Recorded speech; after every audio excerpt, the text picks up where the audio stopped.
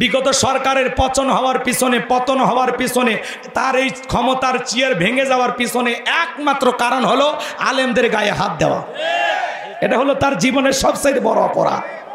এই জন্য আগামীতে আমরা বলতে চাই, যারা ক্ষমতায় আসতে চাচ্ছেন আলেমদেরকে মাইনাস করে আগামীতে বাংলার জমিনে কাউকে কিছু করতে দেওয়া হবে না। আলেমদেরকে মাইনাস করতে চাইলে এই বাংলাদেশের মানচিত্র থেকে আল্লাহ আপনাদেরকে মাইনাস করে দেবে।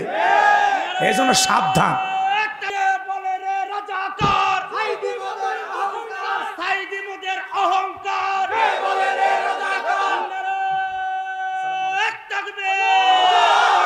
সম্মানিত ভাইয়েরা আমার, দিল দিয়া কথাগুলো বুঝবেন বাজার। তাহলে ওই কালামানিক আছে কোন জায়গায়, কলার পাতা শুয়ে আছে, পুলিশ বলতেছে যে ভাই ছাগল এসে কলার পাতা খাইতে এসে কোনটা খাইয়ে ফেলে দে, অতএব চলে। পলকের ঝলক গেল, পলকের ঝলক গেল, থামিয়ে নেটের চাকা, ওদের সারা দেশটা এখন লাগে ফাঁকা ফাঁকা। কোথায় গেল সংসদেতে মমতাজের গান, কোথায় গেল হজরত বলা স্বামী ওসমান। 70 রাকাত তাহাজ্জুদ পড়তো, বিরাট বড় আল্লাহর ওলি দাবি করতে, 41 সাল পর্যন্ত টিকে থাকার স্বপ্ন দেখেছিল। কিন্তু 24 সালের 5 আগস্টে ভাগ্যে কি আছে আল্লাহর ওলিরা জানতো না। ওরা আছে মাইক পেলে বলতে খেলা হবে, খেলা হবে, আর একজন আর শরীরই চলে না, তাও মানুষের সাথে ঠাট্টা বিদ্রুপ করে বলতো খেলা হবে। আছে না, শরীরই চলে না, তাও ঠাট্টা বিদ্রুপ করত। ইনি ছিল আসলে বিনোদনের নেতা, জনগণকে মাঝে মাঝে বিনোদন দিত। রাগ করতেছেন মনে হয়, দিলদারের ছোট ভাই, কথা কন না গে, সামনের দিকে যাই বাজান, মন খারাপ করবেন না। এলাকার মানুষ দেখে মনের সব দুঃখ খুলে বলতেছি, এরপরে মন খারাপ করবে যারা, না টাকার বলবো না। কি বেশি হয়ে গেল নাকি? একটু বেশি হয়ে গেছে, তাহলে একটা তাকবীর দেন, লিল্লাহে তাকবীর। কি বলছিলাম ভুলে গেছেন মনে হয়। পৃথিবীর দিকে তাকায় দেখেন, তামাম পৃথিবীতে ইসলাম আর মুসলমানের অবস্থা খুব একটা ভালো না। বাংলার জমিনের দিকে তাকায় দেখলেন না কত সোনার মানুষদেরকে ধরে ধরে ফাঁসির দড়িতে ঝুলিয়ে দিল। শাপলা চত্বরে এতিম ছাত্র আলেম হাফেজদেরকে রাতের আধারে গুলি করে যারা হত্যা করেছিল, যারা আলেমদের রক্ত নিয়ে খেলা করেছিল, মুসলমানের রক্ত দিয়ে হাত রাঙিয়েছিল, আজকে তারা ক্ষমতার চেয়ার থুয়ে ভাগে পালিয়ে গেছে। কথা কয় না, কথা কয়। আমরা বারবার বললাম ম্যাডাম পদত্যাগ করেন। আল্লাহ বলে কিসের পদত্যাগ? এরা যে অন্যায় অপরাধ করেছে, শুধু পদত্যাগ না, আমি আল্লাহ এদেরকে দেশ ত্যাগ করতে বাধ্য করব। ইন্না বাতশা রাব্বিকা লাশাদীদ, আল্লাহর পাকড়াও বড় কঠিন। আল্লাহ ধরে ধরে না, যেদিন ধরবে মামু বাড়ি দিল্লি গিয়ে পড়বে। কথা বলে ঠিক কি না? আজ আছে, বলেন আছে। বড় বড় কথা বলতো পালাবো না, হারাবো না। ঈশ্বর চাচাকে বলা হয় স্বৈরাচার শাসক। ঈশ্বর চাচা ক্ষমতার থেকে পদত্যাগ করে জেলে ঢুকেছে, দেশ ছাড়েনি, বাপের বেটা। নেতাকর্মী থেকে ঈশ্বর চাচা পালাইছে? পালাইনি, জেল খাটছে, দেশেই ছিল। কথা কর। দেশ নেত্রী বেগম খালেদা জিয়া জেল খেটেছেন, অসুস্থ হয়ে দেশে পড়েছিলেন, দেশ ছাড়েনি, বাপের বেটি। কাতারে আমি রাজকীয় বিমান পাঠাইছে, সেই বিমানে চড়ে বিদেশে চিকিৎসা নিতে গেছে। কি সম্মান! আল্লাহু আকবার। আর একজন 45 মিনিট সময় পেয়ে হেলিকপ্টার ভাড়া করে পালিয়ে গেছে। এ কথা কয় না কে? কথা কয় না কে? রাগ করেন আপনারা, রাগ করেন। মাঝে মাঝেই বলে আমি দেশের কাছে এসে চট করে ঢুকবো। তো ঢুকবেনই তো বের হলেন কেন? হ্যাঁ, আপনি যদি থাকতেন এ দেশের মানুষের এত ক্ষতি হইতো না। পদত্যাগ করে যদি জেলেও যাইতেন, কয়েক মাস পর নেতাকর্মী ফুলের মালা দিয়ে জেলখানা থেকে বের করে আনতো। আপনি কেমন মা সন্তানদেরকে ফেলায় চলে গেলেন? কোটি কোটি অনুসারী ছিল আপনার। কথা বলেন, কথা বলেন। এত মায়া মহব্বত সব ভুলে গেলেন। কথা কয় না? আবার আসতে চায়। আমরাও বলি মহিলা মানুষ কতদিন বাইরে থাকবেন, আসেন। আমাদের আবার মায়া দয়া বেশি। আপনি আসেন, এই দেশ আপনার স্বামীর, এই দেশ আপনার বাবার। কথা বলেন ঠিক কিনা? আমি অনেক জায়গায় বলি, আজকে কি বলবো, রাগ করবেন না। বুবু আই বাপ তুমি আই বাহাগো, সেই দিন আইসা বুবু ক্ষমতা পাই বাহানা। ও বুবু আই বাপ তুমি আই বাহাগো, সেই দিন আইসা বুবু ক্ষমতা পাই বাহানা। খোঁজ নাই বুবু কাদের কাকার, অবস্থা খারাপ দরবেশ বাবার, হাউ নাঙ্কেল এখন সামনেও আসে না। নেহাতা কর্মী সব জেলের ভিতর, আমি আসি ডরের ওপর, কখন জানি আসে গ্রেপ্তারি পরোয়ানা। বুবু আইবা তুমি আইবা গো, সেই দিন আইসা বুবু চিয়ার পাইবা না। কথা বলেন ঠিক কি না? আগামীতে সিদ্ধান্ত, এদিক খেয়াল করেন, আগামীতে সিদ্ধান্ত না লাগবে যেই দলেরই হোক একটা পুরুষ নেতা চাই। কারা কারা পুরুষ প্রধানমন্ত্রী চান? দুই হাত তুলে দেখান। লিল্লাহে তাকবীর। নারীদের দেখার দিন শেষ, আগামীতে পুরুষের বাংলাদেশ। দেখলেন না 16 বছর ছিল জ্বালায়া, একেবারে এমন অবস্থা করেছিল 16 বছর কোনো কথা বলা যায়নি, আমাদেরকে বানায় রাখছিল ঘর জামায়। কথা কয় না? রাগ করেন নাকি আপনারা? রাগ করবেন না, মনের ভিতরে 16 বছরের কথা জমে আছে, আজ কাজ আদায় করব। কি কথা, সমস্যা আছে? জি জি সমস্যা নাই, চলেন সামনের দিকে যায়। আমার ভাইয়েরা, পরিবর্তন হওয়া লাগবে। মেয়ে মানুষের রাগ বেশি, জেদ বেশি। দেখেন না মাঝে মাঝে স্বামীর সাথে ঝগড়া লেগে হাড়ি পাতিল ভাঙ্গে ফেলে দেয়, স্বামী তুলে আছাড় মারে। কথা কন, এই জন্য ওই পাগলির আর দরকার নেই। রাগ করতেছেন মনে হয়? সামনের দিকে যাই ভাইয়েরা আমার। আর আমাদের সমাজে মিথ্যাবাদী আছে না নাই? মিথ্যা বলতে বলতে চেহারাটা বেকা হয়ে গেছে, এক পা কবরে ঢুকে গেছে। এত মিথ্যা কথা বলে, ভরা পেটেও মিথ্যা, খালি পেটেও মিথ্যা।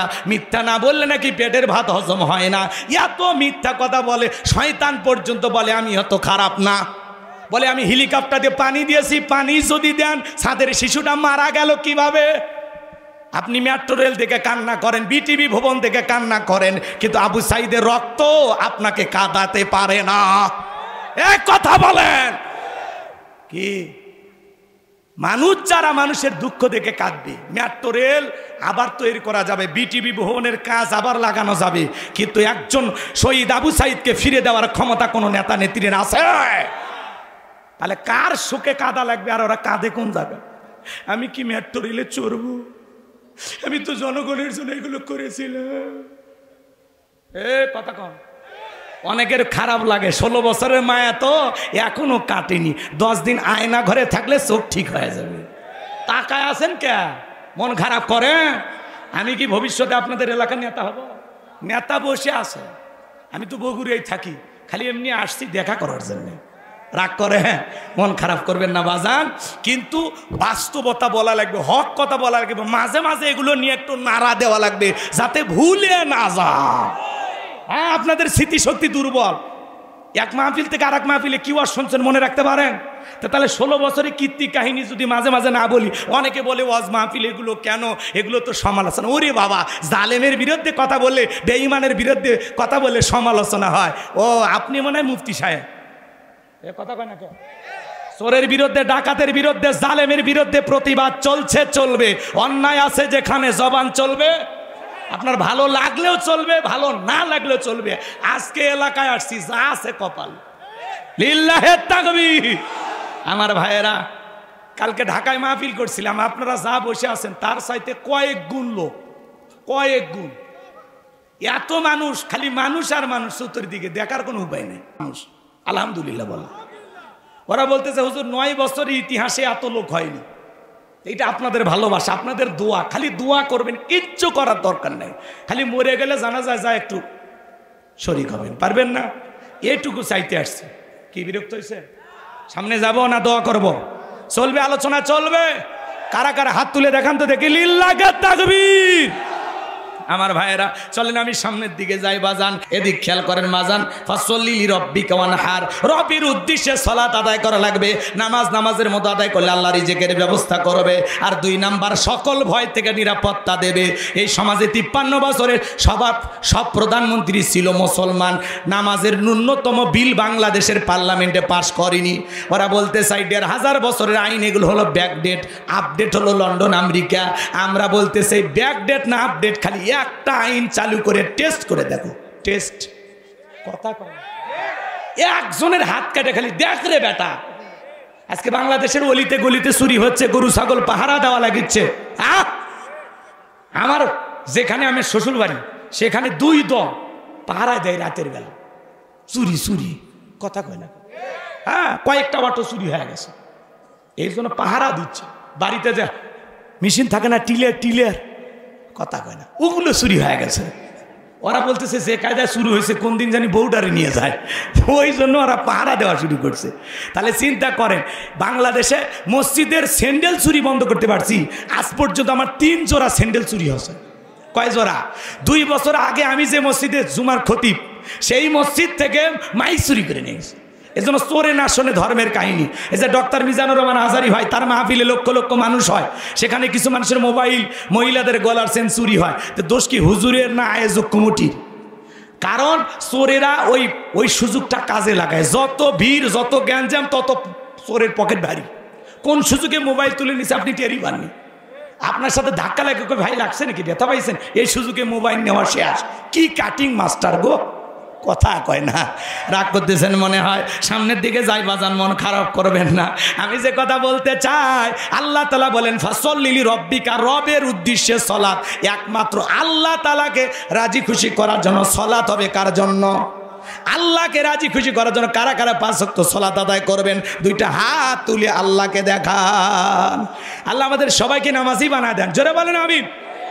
আরেকটু জোরে বলেন আমিন। হাত নামান। বিশ্বনবীর রূহটা বের হয়ে যাবে। কয়েকটি কথা বললেন, তার মধ্যে উম্মতদেরকে বললেন আসসালাত আসসালাত, আমার উম্মতেরা নামাজ নামাজ।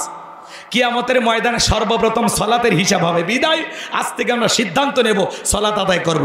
বাংলাদেশের জুমার নামাজের জন্য মসজিদ ভাঙে 2 তলা 3 তলা করা হয়। ফজরের নামাজের সময় এক কাতার মুসল্লি পাওয়া যায় না। এমনও মসজিদ আছে মুয়াজ্জিম একাই আজান দিয়ে একাই নামাজ পড়ে। এই জন্য আমি আমার ওয়াজে বলি, বাংলাদেশে নামাজি আছে 5 রকমের। কয় ধরনের? 5 ধরনের নামাজি। 5-এর, 7-এর, খাটের, ঠাটের, ভোটের। বুঝলেন না তো? বুঝিয়ে বলবো, শোনেন শোনেন। নিয়মিত 5 ওয়াক্ত সালাত যারা আদায় করে, এরা হলো 5 ওয়াক্ত নামাজি, খাঁটি মুমিন, নির্ভেজাল মুসলমান। সুবহানাল্লাহ কর। আর 7 দিন পরে পরে জুমার নামাজ পড়ে যারা, লাইফ সাপোর্টে বেঁচে থাকা মুসলমান তারা। এদের ইমানটা কোন সাপোর্টে আছে? লাইফ সাপোর্টে মানে বোঝেন, যখন তখন মারা যেতে পারে, এই যখন তখন ইমানটা ধ্বংস হয়ে যেতে পারে। শোনেন না, মসজিদে যায় টাইসে বালু খোঁজে, হ্যাঁ, আর কয় হুজুর হ্যাঁ একটু বেতনটা হালাল করেন, এদের ধুলে মসজিদে। কথা কয় না, কয় খাচ্ছেন আর বয়লারের মতো মোটা হচ্ছেন। আচ্ছা, মসজিদের ধুলে পরিষ্কার করার দায়িত্ব কি হুজুরের একা না সবার? এই বেটা, ধমক না দিয়া মসজিদের টাইসে ধুলেটা পরিষ্কার করো, আল্লাহ অন্তরের ময়লা দূর করে দেবে। কথা বলেন, কথা বলেন। এর বেটা বস বস বস, দিবাই তো দিবাই তো। রাগ করতেছেন? গেরাম তো সবাই কাছে আসে, কি করবেন? অন্য জায়গা হলে তো ধমক দিতাম, তো এই জায়গায় তো ধমক দেওয়া যাবে না, তখন কবি ছেলেটার ব্যবহার ভালো না। রাগ করতেছেন? ভালোবাসেন দেখে তো ডাক দিছেন, তাহলে কেমনি ব্যথা দেই বলেন? কিন্তু অন্য জায়গা হলে এতক্ষণ ধমক দিয়ে সব ঠান্ডা করতাম, কিন্তু এই জায়গায় গেরাম, যে যা কই মাইনে নেন। মন খারাপ করেছেন মনে হয়। আমার ভাইয়েরা, লম্বা করার কোনো সুযোগ নাই বাজান। আমি গুনাহগার, যে কথা বলতে চাচ্ছিলাম শোনেন। 7 দিন পরে পরে জুমার নামাজ পড়ে যারা, খালি 2 রাকাত জিয়া হুজুর 2 রাকাত সালাম ফিরেতে দেরি, মসজিদের বাইরে আর পা রাখতে দেরি নেই। মসজিদে এসে মন থাকেই না গো, কথা কয় না কে? কি খালি জুমার 2 রাকাত পড়লে হবে? বাকি সুন্নত মনে হয় বইয়ের সাথে যা বাড়িতে জামাত করে পড়ে নাকি? হ্যাঁ, তো সুন্নতগুলো পড়লেন না মানে? একটু ভালো হয়ে যান, একটু ভালো হয়ে যান। আল্লাহ যেন হেদায়েত দান করেন। একটু জোরে বলেন আমি। আপনি জুমার সালাত বোঝেন, আসর, মাগরিব, এশা, ফজর এগুলো পড়ার দরকার নাই। কেন পড়তেছেন না ভাই? এই জন্য আল্লাহর ভয়ে নামাজ পড়বেন। ফাওয়াইলুল লিল মুসাল্লিন আল্লাযীনা হুম আন সালাতিহিম সাহুন। হতভাগা সে সমস্ত নামাজি, দুর্ভাগা, কপাল পোড়া যারা লোক দেখানোর জন্য সালাত আদায় করে। 7 দিন পরে জুমার নামাজ পড়তে না গেলে বউ গালি দেয়, এত ঝাঁটা বাইর করছি, যাও তো মসজিদত যাও। কি শয়তান, মসজিদে যাবার চাই না, বউ গালি দেয়। কথা কন। তাহলে 7 দিন পরে পরে জুমার নামাজ পড়ে যারা, এরা হলো 7-এর মুসল্লি। আর মানুষ মরে গেলে জানাজার নামাজ পড়ে যারা, এরা হলো খাটের মুসল্লি। মসজিদের মাইকে এলান হয় ফজরের পরে, এই গ্রামের অমুক ব্যক্তি মারা গেছে, ইন্না লিল্লাহি ওয়া ইন্না ইলাইহি রাজিউন। তখন বউকে বলতেছে, ফজরের পরে ওদের মফিদুল কি বললো শুনলি না? কি হয়েছে? কয়েকটা অমুক মারা গেছে। হাই রে, 2 দিন আগেই বইরে গিয়ে হাটে চা খেলেন, চায়ের বিল দিবার দিল না। কয় ভাই আমি বিল দিব, বেঁচে থাকলে আরো 10 দিন বিলটা দিত। মরে গেছে, পাঞ্জাবিটা ধুয়ে দিয়ে দুপুরের পরে জানাজা হবে, জহর পরে জানাজা। মাঠে কাজ করে যখন আজান হয়েছে আল্লাহু আকবার আল্লাহু আকবার, দৌড়ে চলে আসছে। আসে মসজিদে যায় দেখে হুজুর জানাজা শুরু করেনি, শুরু করছে কি? কথা কেন? জহরের 4 রাকাত। তখন বাধ্য হয়ে বলতেছে যেহেতু জানাজা পড়তে আসছি জহরের 4 রাকাতও পড়ে নি, আল্লাহু আকবার। উদ্দেশ্য হলো জানাজা পড়া, জহর পড়া না। কথা কয় না, এরা হলো খাটের মুসল্লি। হুজুর লাশটা সামনে রেখে যখন বলে কুল্লু নাফসিন যায়িকাতুল মাউত, সবাইকে মৃত্যুর স্বাদ গ্রহণ করতে হবে ভাই, দুনিয়া থাকার জায়গা না। বাবা ছিল, দাদা ছিল, নাই, আপনি আমি থাকবো না, আসুন না পরিবর্তন হই। আজকে এই ব্যক্তির জানাজা, কালকে আপনার, পরশুদিন আমার।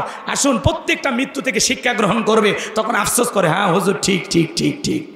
কবরে মাটি দেওয়া পর্যন্ত এমন আফসোস করে মনে আজকের পর থেকে আর মসজিদ ছাড়বে না। কিন্তু জানাজা পরে বাড়ির যা টুপি খোলাও শেষ, ওর সব উড়িয়ে গেছে। কথা কয় না, কথা কয় না। এরা হলো খাটের মুসল্লি। আর 2 ঈদের নামাজ পড়ে যারা, এরা হলো ঠাটের মুসল্লি। সেই একটা পাঞ্জাবি কিনা বউ বলে কেমন লাগতেছে, কয় তুমি হলে গরিবের শাকিব খান। কথা কয় না। এরপরে বন্ধু বান্ধবকে বলে দোস্ত কেমন লাগে, কয় সেই লাগতেছে। মাঠের ইমাম সাহেবের নামাজ পড়ার পরে হুজুরের হাত ধরে কোলাকুলি শুরু করে দিছে। কথা কয় না। একবার আমার সাথে এক ভাই, বিশাল একটা বুড়িওয়ালা মানুষ, কোলাকুলি করতে চায়। কত বড় পেট আমি বলে শেষ করতে পারি, কমপক্ষে 26 মাস পার হয়ে যাবে এমন কায়দা আমার বুকে নিতে চাই। মাঝখানে পেট হলো ব্যারিকেড, ও যতই বুকে নিতে চায় আমি তো বুকে যেতে চাই, কিন্তু হয় না। কিসের কোলাকুলি, মাঝখানে হচ্ছে খালি পেটা পেটি। কোলাকুলি করার পরে এইবার ইমাম সাহেব কানে কানে বলতেছে, ভাই রোজা কয়টা, 29 না 30টা? কয় হুজুর একটা রোজাও রাখিনি, তারাবি পড়িনি, কিন্তু ইফতার খাওয়া মিস করিনি। খালি আমি একাই ইফতারি করিনি, হিন্দুদেরকে ডাকে ইফতারি খাওয়াইছি। রোজা না রেখে তো গুনাহ করছি, আর ইফতারি না করে কবিরা গুনাহ করব? এরকম কিছু আজগবি মুসল্লি আছে, এরা মনে করে ইফতারি করলেই সব। তোমার না রোজা নাই, নামাজ নাই, ইফতারি করে সব কোন হুজুর কইল। কথা কন নাকি আপনারা? ভালো হয়ে যান, ভালো হয়ে যান। যখন রমজান মাস আসে পেটত লাঠিকে ঠেলে থই, কয় গ্যাস গ্যাস গ্যাস, এত চাপ দিয়েছে লাঠি দিয়ে গ্যাস আটকাচ্ছে। যখন আসে রমজান মাস পেটে দেয় ডিজিটাল গ্যাস, ভ্যাস ধরে ভ্যাস, না খায় থাকতে পারি না, বমি বমি হয়, একে নারী ভুরি বার হয়ে আসবে। কবরে যা ফেরেশতারা নারী ভুরি বার করার জন্য রেডি হয়ে আছে, বাটাম নিয়ে খালি ফাইটে ফেলে দিবি। কথা কন। ইবাদত বন্দেগী করতে গেলে কষ্ট হবে, কষ্ট স্বীকার করতে হবে। কষ্ট না করলে জান্নাত পাওয়া যাবে? হ্যাঁ, ইবাদত কি সুখের জিনিস? একটু কষ্ট করতে হবে। আল্লাহ যেন হেদায়েত দান করেন। একটু চিল্লায় বলেন আমিন। আর নির্বাচনের আগে যারা মাথায় টুপি পরে, ভাইয়ের আমার, আগামীতে যদি আমাকে নির্বাচিত করতে পারেন, গ্যাস দিব, বিদ্যুৎ দিব, রাস্তাঘাট ব্রিজ উন্নয়নের জোয়ারে ভাসিয়ে ডুবিয়ে মারবো ইনশাল্লাহ। আছে না ভাই?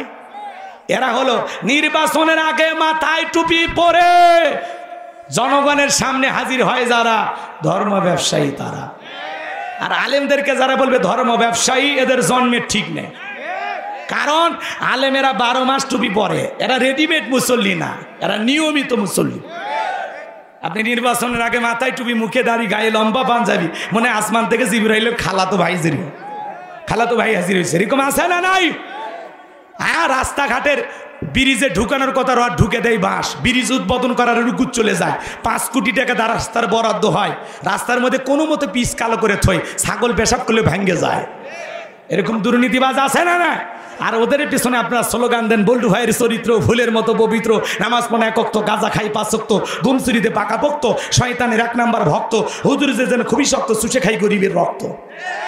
ওই ভণ্ডদের কাছে যাওয়া যাবে? পোস্টারে লেখা আছে গরিবের বন্ধু, ভোট দিয়ে দেখেন গরিবের কয় নাম্বার শত্রু। একটা বয়স্ক ভাতার কাঠ নিবের গেলে 2-1000 খায়। এরকম আছে না নাই? আল্লাহ যেন আগামীতে সঠিক মানুষকে যাচাই বাছাই করে সমাজের নেতা বানানো তৌফিক দান করে। নামাজি, নেককার, আমানতদার আল্লাহওয়ালাদেরকে দরকার আছে না নাই? এই জমিন আল্লাহর আইন চালু হোক, কারা কারা চান হাত তুলে দেখান। লিল্লাহি তাকবীর। সবাইকে দেখার শেষ আগামীতে কোরআনের বাংলাদেশ। আল্লাহ যেন এই জমিনে কোরআন আর ইসলামকে কায়েম করে তৌফিক দান করেন, সেই কাফেলা আমাদেরকে কবুল করেন। জোরে বলেন আমিন। সম্মানিত ভাইয়েরা আমার, বিশ্বনবীর প্রিয় সাহাবী হযরতে আনাস রাদিয়াল্লাহু তাআলা আনহু বলেন, নবীজি আমাদের চোখের সামনে বসা, আমি তাকায় দেখি নবীজি কাবার হাতিমে হেলান দিয়ে বসা।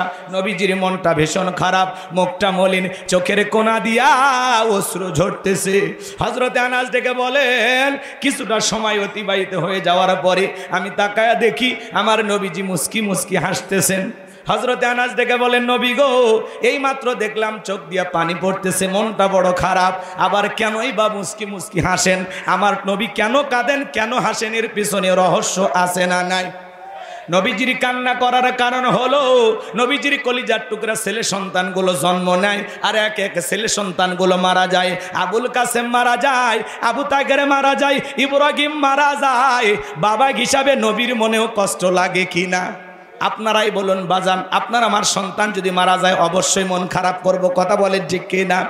নবীজির ছেলে সন্তানগুলো মারা যায় আর নবীজির কাছের চাচা নাম হলো আবু লাহাব ডেকে বলে, ভাতিজা তোমার বংশী বাতি জ্বালানোর কেউ থাকলো না, তুমি একটা লেজ কাটা, তুমি একটা নির্বংশ, তুমি একটা হাত খুঁড়ে চড়ে কন্যা উজুবিল্লাহ। যদিও রসুলের 4টা কন্যা সন্তান জীবিত ছিল, এরপরে আবু লাহাব সমালোচনা করে। আপনারাই বলুন বাজান, আল্লাহ না করুক আপনার আমার সন্তান যদি মারা যায়, কাছের আত্মীয় স্বজনদের উচিত বিপদের দিনে সান্ত্বনা দেওয়া। বাবা তুমি সবর করো, ধৈর্য ধারণ করো, সন্তান দিয়েছে আল্লাহ নিয়েছে, মন খারাপ করো না, জীবন মৃত্যুর মালিক আল্লাহ। আল্লাহ যদি চাই বছর না ঘুরতে আবারও তোমাদের ঘর আলোকিত করে সন্তান দিতে পারেন, তিনি কে? তাহলে কাছের মানুষদের উচিত বিপদের দিনে সান্ত্বনা দেওয়া, পাশে থাকা, ধৈর্যের ওয়াজ করা, সবরের ওয়াজ করা, কথা বলেন। কিন্তু নবীর চাচা আবু লাহাব এতটাই খারাপ, আবু জেহেলের চাইতে কিন্তু আবু লাহাব খারাপ। আল্লাহ আবু জেহেলের নামে কোনো সূরা দেয়নি, কিন্তু আবু লাহাবের নামে সূরা দিয়েছে। শুধু আবু লাহাব খারাপ না, আবু লাহাবের বউও খারাপ। ওইটা সূরা লাহাবের তাফসীর করলে আপনারা বুঝতে পারবেন, কিন্তু ওইদিকে আমি যেতে পারবো না আজকে। কষ্ট হয় আপনাদের? বিরক্ত হইতেছেন আমার কথায়? তাহলে নবীর কাছের চাচা সমালোচনা করে, বিশ্ব নবীর ছেলে সন্তানগুলো কেন মারা গেল, একটা ছেলে সন্তান কেন জীবিত থাকলো না, আল্লাহ তাআলা কেন তাদেরকে শিশুকালে উঠিয়ে নিলেন, এর পিছনে রহস্য আছে না নাই? অনেক পয়গাম্বার এসেছেন, তার সন্তানেরা জীবিত ছিল যৌবন পর্যন্ত, প্রাপ্ত বয়স হওয়া পর্যন্ত, কিন্তু বিশ্বনবীর একটা ছেলে সন্তানও কেন জীবিত থাকলো না, শিশুকালে কেন আল্লাহ তাআলা উঠিয়ে নিলেন, এর পিছনে রহস্য আছে না নাই? এর পিছনে এই দিক খেয়াল করেন, এর পিছনে রহস্য আছে 3টি। জোরে বলেন কয়টি? আরো জোরে। নবীর উম্মত হিসেবে জানতে মনে চায় না নবীর ছেলে সন্তানগুলো আল্লাহ তাআলা কেন উঠিয়ে নিলেন? কি সেই 3টি কারণ, কি সেই রহস্য? কারা কারা শুনবেন? 2 হাত তুলে আল্লাহকে দেখান। শুনবেন তো ইনশাআল্লাহ? তাকবীর দেন, লিল্লাহি তাকবীর। হাত নামান। ভাইয়ের আমার, নবীজির ছেলে সন্তানগুলো আল্লাহ কেন উঠিয়ে নিলেন? কি সেই 3টি কারণ, কি সেই রহস্য? আমি যদি বলতে চাই তাহলে 3 নাম্বার আয়াতের আলোচনা করা লাগবে। আমি কি 1 নাম্বার আয়াত বাদ দিয়ে 3 নাম্বারে যাব, নাকি আস্তে আস্তে শুরু করা যাক? ধৈর্য আছে তো ভাই? নবীর সম্মান মর্যাদা নিয়ে আলোচনা হবে। যদি আপনার কাছে ভালো না লাগে বুঝে নেবেন কপালটা পুড়ে গেছে। কথা বলে না কেন? এক জায়গায় যা বললাম, ভাই বলেন তো আমাদের নবীর নাম কি? বলে হুজুর আব্দুল কাদের জিলানী। পীর সাহেবের নাম মুখস্থ আছে, কিন্তু কপাল পরা নবীর নামটাও বলতে পারে না, এমনও মুসলমান সমাজে আছে না? কথা বলেন ভাই, রাগ করেন? দিনের বেলা কি ভয় লাগে?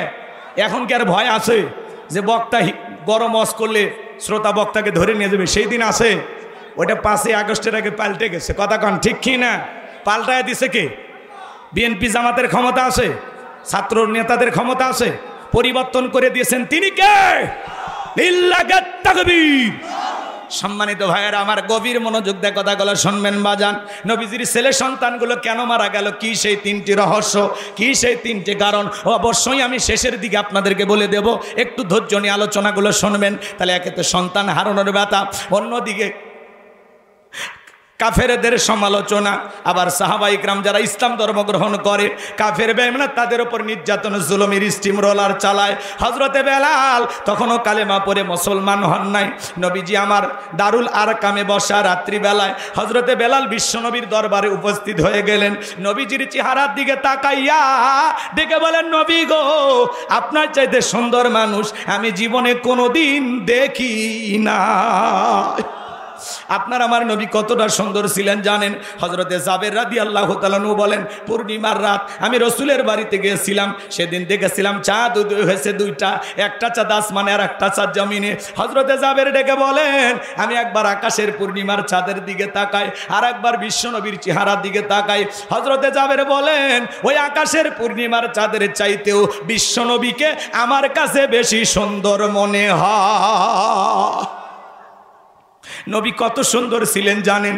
আম্মা জান আয়েশা ডেকে বলেন, যারা ইউসুফ নবীর চেহারার দিকে তাকাইয়া মিশরের রানীরা ফল কাটতে গিয়ে আঙ্গুল কেটে ফেলে দিয়েছিল, ওরা যদি আমার বিশ্ব নবীর চেহারার দিকে তাকাইতো, শুধুমাত্র আঙ্গুল নয়, আঙ্গুল কাটতে কাটতে হাত কাটতে কাটতে কখন যে নিজের কলিজা কেটে দুফাক করে দিত, মুহূর্তের জন্য টের পাইতো না।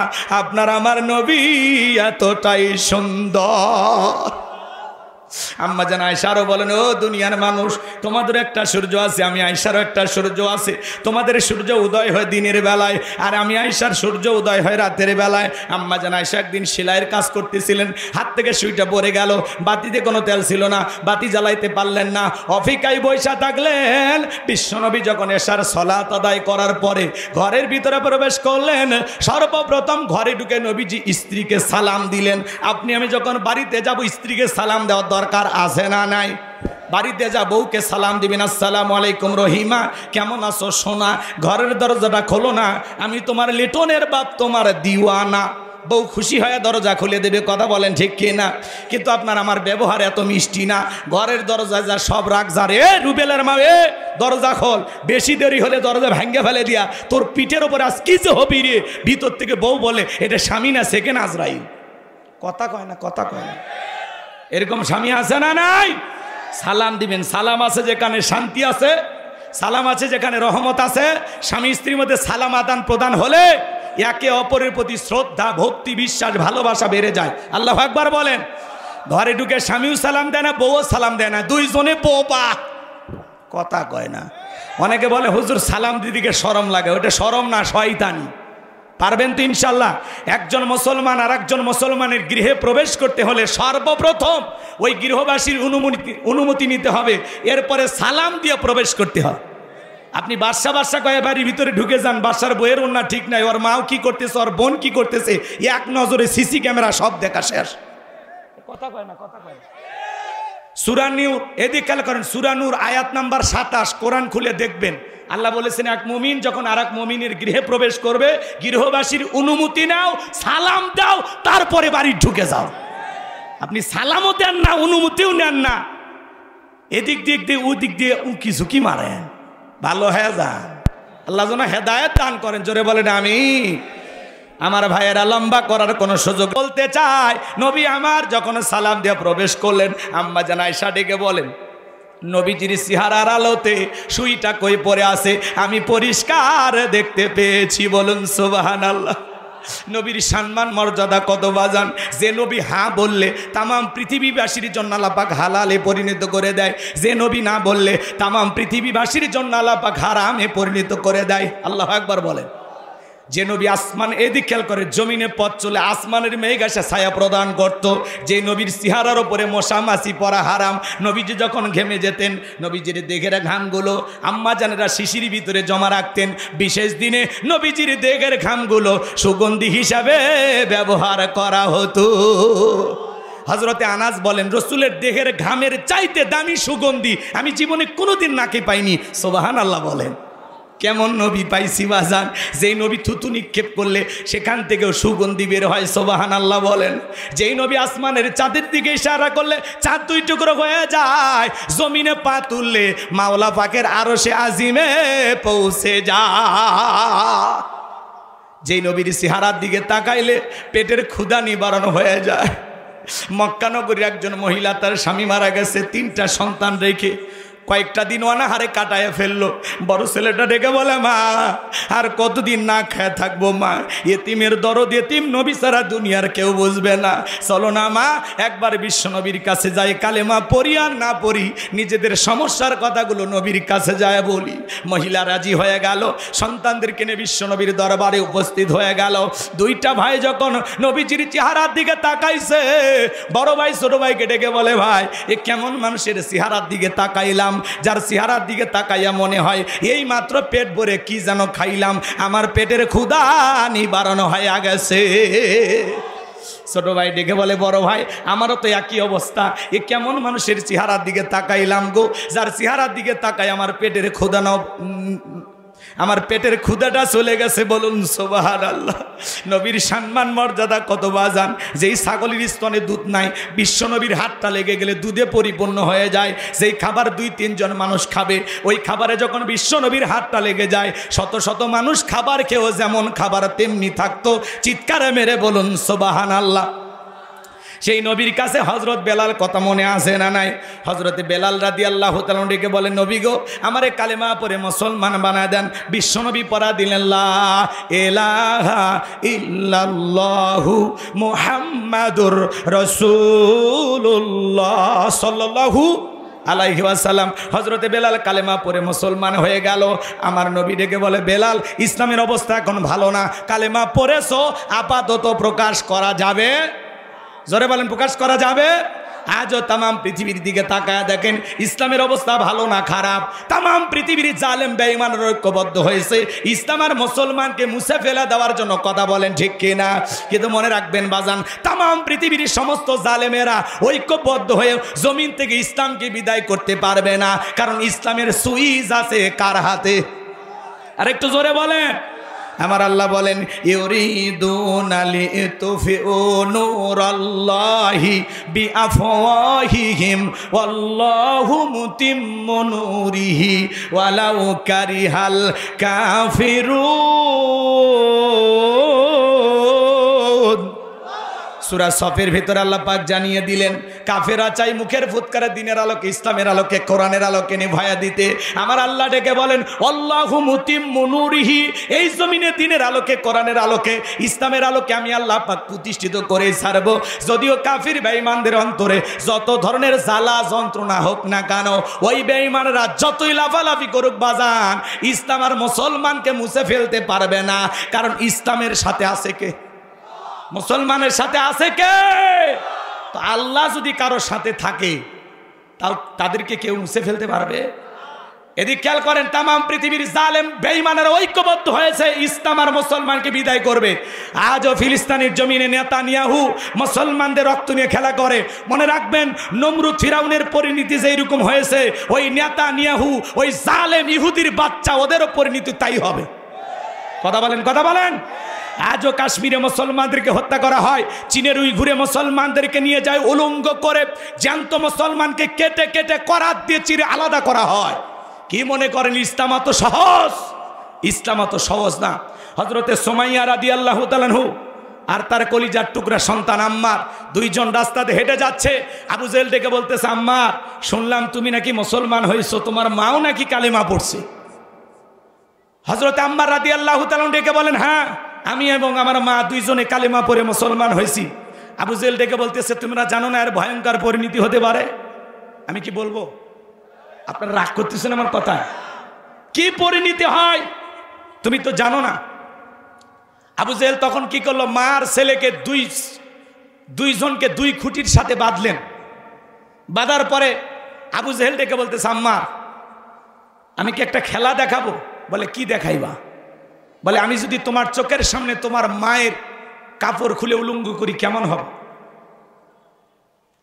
আম্মা মাথাটা নিচু করলেন, চোখের পানি ছেড়ে দিয়ে কান্না করতেছেন আর বলতেছেন, আল্লাহ, এই শয়তান আবু জেহেল বলে কি? রাগ করতেছেন মনে হয় আপনারা। আমার ভাইয়েরা, লম্বা করার কোনো সুযোগ নাই। বাবা মুসলমান, দাদা মুসলমান, এই সূত্রে আপনি আমি মুসলমান হয়েছি। কিন্তু মুসলমান ঈমান আনার পরে এই জমিনে টিকে থাকার জন্য আপনার আমার পূর্ববর্তী উত্তরসূরি যারা সাহাবা ইকরাম যারা, তারা কতটা জুলুম অত্যাচারের শিকার হয়েছেন, এই ঘটনাগুলো শুনলে আপনাদের ঈমান জেগে উঠবে। কথা বলেন ঠিক কিনা? আমি কি একটু বলবো? রাগ করবেন না আমার ভাইয়েরা। লম্বা কিছু কথা আমি আপনাদের সামনে বলতে চাই, যেহেতু আপনারা আমার গ্রামের মানুষ। আমি একটু পরিষ্কারভাবে আপনাদেরকে একটু সময় দিয়ে কথাগুলো বলতে চাই, কষ্ট মনের মধ্যে নেবেন না। আমি যে কথা বলতে চাচ্ছিলাম, আম্মার কথাটা মনে রাখবেন। মার ছেলেকে আবু জেহেল 2 খুঁটির সাথে বেঁধে রেখেছে। আমি এই ঘটনাটা আপনাদেরকে একটু শোনানোর চেষ্টা করব। এদিকে হযরতে বেলাল কালেমা পড়ে মুসলমান হয়েছে। আমার নবী ডেকে বলে, বেলাল, কালেমা পড়ে মুসলমান হয়েছে, আপাতত প্রকাশ করা যাবে না, না, কারণ ইসলামের অবস্থা এখন ভালো না। আর মন খারাপ করবেন না, গভীর মনোযোগ দিয়ে কথাগুলো শুনে যান। আমার নবী বলে, বেলাল কালেমা পড়েছো, আপাতত প্রকাশ করা যাবে না। হযরতে বেলাল ডেকে বলে, নবী গো, আমার জীবনের কোনো দাম নাই। আমার বড়ি ওমায়াকে বলেছিলাম উর্দুম্বা ছাগল পেশাব পায়খানা করে দেয়, এই ঘরে থাকতে আমার বড় কষ্ট হয়। ওমায়া ডেকে বলে, বেলাল উর্দুম্বা ছাগলের দাম আমার কাছে আছে, কিন্তু তোর মতো কালো হাফসি বেলালের দাম আমার কাছে নাই। নবী গো, আপনি শুধু আমাকে দোয়া করেন মৃত্যু পর্যন্ত যেন কালেমার পথে টিকে থাকতে পারি। এই কথা বলে হযরতে বেলাল চলে গেলেন। পরের দিন সকালবেলা সূর্য উদয় হয়ে গেছে, অনেকটা বেলা হয়ে গেছে, বেলাল দরজা খোলে না। অন্য চাকর যারা আছে নালিশ নিয়ে চলে গেছে ওমায়ের কাছে, যা বলে, ও আমাদের মনির এখন পর্যন্ত বেলাল দরজা খোলে নাই, তাই নাকি? বলে, হ্যাঁ চলো যাই। দরজায় ডাক দেয়, এ বেলাল দরজা খোল। হযরতে বেলাল দরজা খোলে না, জোরে করে ধাক্কা মারছে, যখন দরজা খুইলে গেছে তখন এইবার ওমায়া তাকায় দেখে যেই রাত্রিতে হযরতে বেলাল কালেমা পড়ে মুসলমান হয়েছে, ওই রাত্রিতে একটা উর্দুম্বা ছাগলের কাছে কোনো পেশাব পায়খানা নাই। জোরে কোন মারহাবা। এইবার ওমায়া ডেকে বলে, চাকরের দল তাকায় দেখ, একটা উর্দুম্বা ছাগলের কাছে কোনো পেশাব পায়খানা নাই। তার মানে তোমরা যখন ঘুমাচ্ছিলে বেলাল তখন ময়লা আবর্জনা পরিষ্কার করেছে, যাও নিজেদের কাজ করো। এই কথা বলে ওদেরকে তাড়িয়ে দিলেন। এক পা দুপা করে বেলালের কাছে চলে গেলেন। হযরতে বেলাল দেয়ালে পিঠটা লাগাইয়া জিহ্বা নাড়ায়া জিকিরি করে কার? এবার হযরত বেলালকে হালকা করে ধাক্কা মারছে, যখন জবান দিয়ে কালেমার আওয়াজ বের হয়েছে তখন এইবার ওমায়া ডেকে বলে, বেলাল তোর জবান দিয়ে কি শুনলাম, তুমি কি মুসলমান হয়েছো? হযরতে বেলাল ডেকে বলে, মুসলমান হয় যারা মিথ্যা কথা বলতে পারে না তারা। অকুলু কওলান সাদীদা। আমার আল্লাহ দেখে বলেন, মুসলমান হবে যারা, সত্যবাদী হবে তারা। মুসলমান কখনো মিথ্যা কথা বলতে পারে না। আমি যে কথা বলতে চাচ্ছিলাম, এইবার আবু জেহেল দেখে বলে, ওমাইয়া তোরে উর্দুম্বা ছাগলের মালিক বানায় দেব, থাকার জন্য ভালো ঘর বাড়ির ব্যবস্থা করে দেব। হযরতে বেলাল ডেকে বলে, ওমাইয়া দুনিয়ার কোনো পার্থিব সম্পদের বিনিময়ে বেলাল তার ঈমান বিক্রি করবেন। আল্লাহু আকবার। এই বাহার ওমায়া ডেকে বলে, বেলাল আমার কথা না শুনলে বড় নেতা আবু জেহেলকে খবর দিব। হযরতে বেলাল দেখে বলে, কোনো বড় নেতা ছোট নেতা এখন কাউকে গোনার টাইম নাই। আমি দুনিয়ার কোনো আবু জেহেলকে ভয় করি না, আমি ভয় করি আমার আল্লাহকে। এইবার ওমায়া দৌড়ে চলে গেল আবু জেহেলের বাড়িতে, যা বলেন তার সংবাদ খুব খারাপ, আমার বাড়ির কৃতদাস বেলাল কালেমা পড়ে মুসলমান হয়েছে। তাই নাকি? বলে, হ্যাঁ ঠিক আছে, যা আমি আসতেছি। আবু জেহেলের সাঙ্গ পাঙ্গ ক্যাডার মাস্তান ছিল, বিশেষ একটা বাহিনী ছিল, যাদের কাজই হলো মুসলমানদের উপর নির্যাতন জুলুম চালানো। ওই যে আম্মার আর সুমাইয়ার কথা মনে আছে, তাদের উপরে কি নির্যাতনটা চালাইছিল, একটু অপেক্ষা করেন বাজান, আমি পরে বলতেছি। এই আবু জেহেলের একটা বাহিনী যেরকম ছিল, আজও তামাম পৃথিবীর দিকে তাকায় দেখবেন জালেমেরাও নিজেদের ক্ষমতা টিকানোর জন্য একটা বাহিনী আছে, ওদের কাজই হলো টুপিওয়ালা দাড়িওয়ালা আলেমদের উপর নির্যাতন জুলুম চালানো। কথা বলেন ঠিক কিনা? আমার ভাইয়ের আবু জেহেল তার বাহিনী নিয়ে ওমায়ের বাড়িতে হাজির হয়ে গেল। ডাইকে বলে, বেলাল এই দিকে আয়। বেলাল রে, আমি তোরে পার্সোনাল ভাবে মোহাব্বত করি। বেলাল এসব কি শুনছি, তুমি নাকি মুসলমান হয়েছো? হযরতে বেলাল ডেকে বলে, আবু জেহেল যা শুনেছে সত্য, আমি কালেমা পড়ে মুসলমান হয়েছি। এইবার আবু জেহেল ডেকে বলে, বেলাল উর্দুম্বা ছাগলের মালিক বানায় দেব, থাকার জন্য ভালো ঘরে বাড়ি ব্যবস্থা করে দেব, ব্যবসা বাণিজ্য যদি করতে চাও দেড়হাম টাকা পয়সা যা লেগে দেব। বেলাল তুমি চাইতে দেরি, তোমার চাহিদা পূরণ করতে আমরা দেরি করব না। হযরতে বেলাল ডেকে বলে, আবু জেহেল রে, দুনিয়ার সব সম্পদ যদি আমি বেলালকে দিতে চাও, দুনিয়ার সব সম্পদ ছাড়তে রাজি, কিন্তু বিশ্ব নবীর কালেমা ছাড়তে রাজি নাই। আল্লাহু আকবার।